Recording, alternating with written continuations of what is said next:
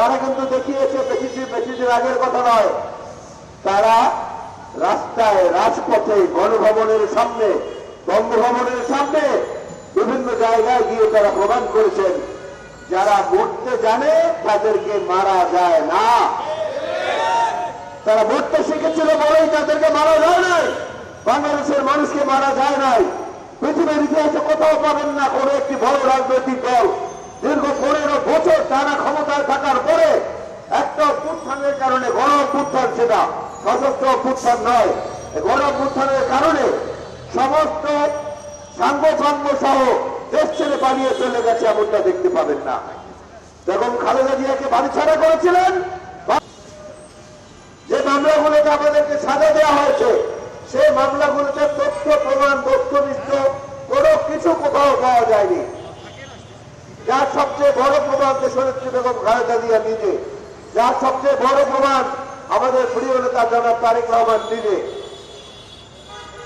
বেগম খালেদা জিয়াকে 2 কোটি টাকা এক অ্যাকাউন্ট থেকে আরেক অ্যাকাউন্টে নিয়েছেন। এই অপরাধের কারণে তাকে 5 বছর সাজা দিল যে জাজ, সে জাজকে 1 সপ্তাহের মাথায় প্রমোশন দিয়ে হাইকোর্টের বিচারপতি করা হয়েছে।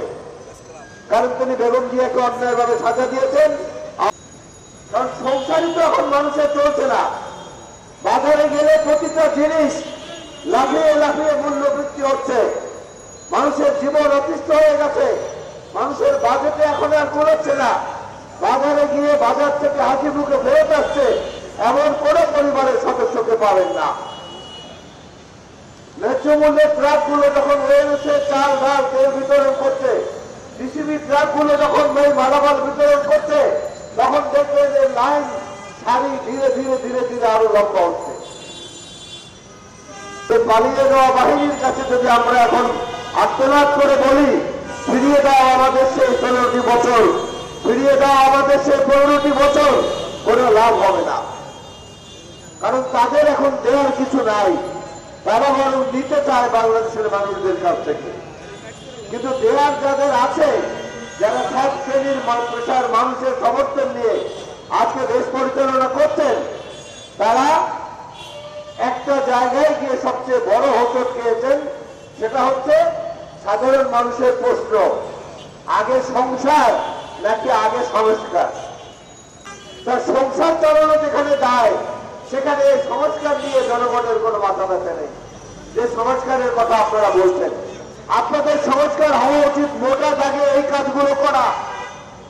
আমাদের নামে যে অদক্ষ মিথ্যা মামলা, অদক্ষ রাজনৈতিক প্রতিহিংসার মামলা, সে মামলাগুলোকে তুলে নেওয়ার জন্য আপনারা এখন দাবার কোর্টের মতো দাবার বুঝি সাজিয়েছেন।